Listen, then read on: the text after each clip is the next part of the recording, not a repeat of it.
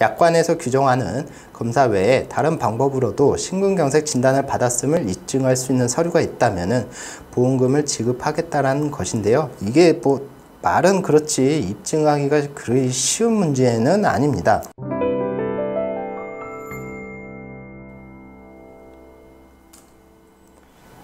예, 안녕하십니까. 부부손해사정사입니다. 이번 시간에는 심근경색 진단비에 대해서 한번 살펴보려고 하는데요. 심근경색이란 심장의 관상동맥이 급성으로 막히면서 조직이나 세포가 죽는 진단을 말하는데요. 이러한 심근경색 진단은 피검사를 통하여 심근효소 수치가 상승하거나 심전도 검사, 심장 초음파 검사, 혹은 심혈관 조영술 등으로 진단을 내리게 됩니다. 환자가 심근경색 진단을 호소하는 경우에는 좌측 가슴 부위의 통증을 호소하게 되고요. 의식을 잃거나 제때 치료받지 않는다면은 사망에까지 이를 수 있는 매우 위험한 질병이다 라고 보시면 될 것 같습니다. 사례 내용을 한번 보도록 하겠습니다. 피보험자는 1년 전 심혈관 질환으로 인하여 심실박동기 이식술을 시행을 하였고, 이후 일상생활을 하던 중에 회사에서 일을 하다가 갑자기 쓰러지면서 119로 병원에 후송하게 되었는데요. 병원에 후송되고 나서 1시간 만에 결국 사망을 하게 되었습니다. 심근경색 진단비를 지급받기 위해서는 약관에서 규정하는 방법대로 진단을 받아야 하고요. 급성 심근경색증 분류표에서 규정하고 있는 질병 분류 기호를 부여받아야지만 보험금을 받을 수 있다라고 약관에서 규정을 하고 있고요.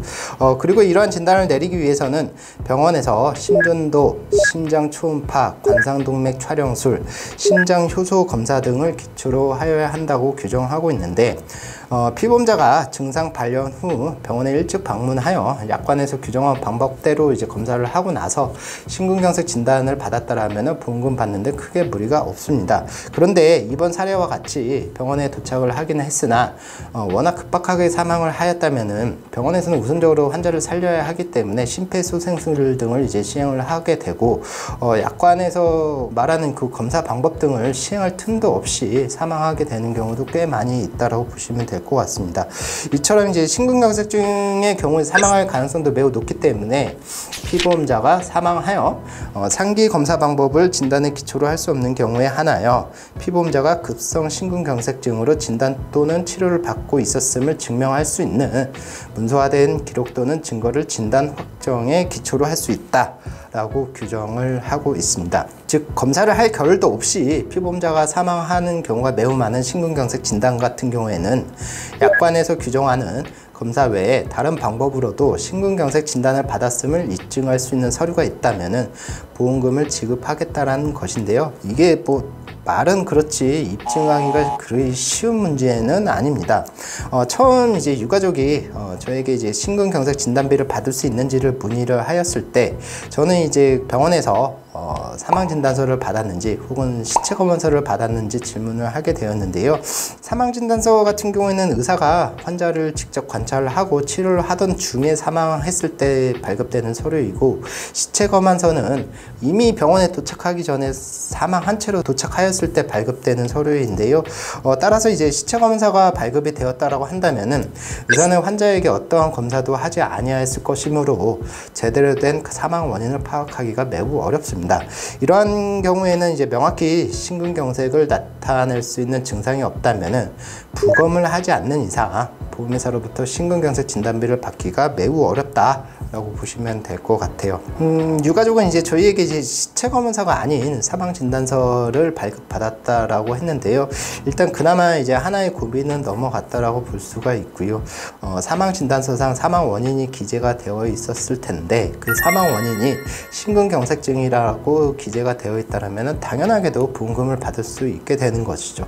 근데 이 사건 같은 경우에는 사망진단서를 보니까 피보험자의 사망 원인이 심근경색증이 아니라 심실세동이라는 진단명이었습니다. 이렇게 되는 경우에는 원칙적으로 보험회사로부터 심근경색 진단비 청구가 불가능하게 되는데요.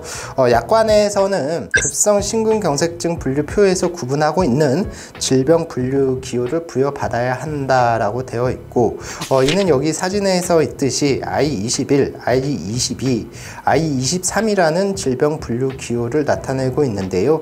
심실세동의 질병 분류 기호는 I40 18에 해당하기 때문입니다.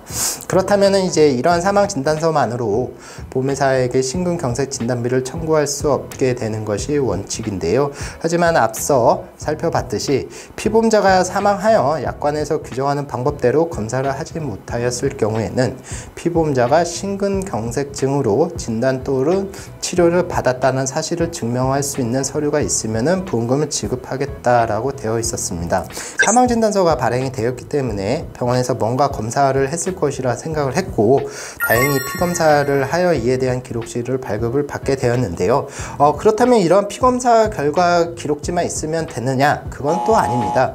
왜냐하면 심근경색증을 나타낼 수 있는 수치가 상승이 되어야 하는데, 다행히 이 사람 같은 경우에는 그런 수치가 상승이 되었습니다. 수치가 상승이 되었다는 걸 확인을 하고 치료하였던 의사에게 소견을 이제 여쭤봤는데요. 비록 사망진단서상 심실세동이라고 하였으나 심실세동에 의한 심근경색 발생으로 심근효소가 상승했을 것으로 보이고 사망의 원인은 심근경색에 의한 사망으로 추정된다는 소견을 밝혔습니다. 보험회사는 근데 이러한 기록만을 보고 이제 바로 보험금을 지급하는 것이 아니라 서베이 업체를 고용해서 조사를 진행하게 되는데요.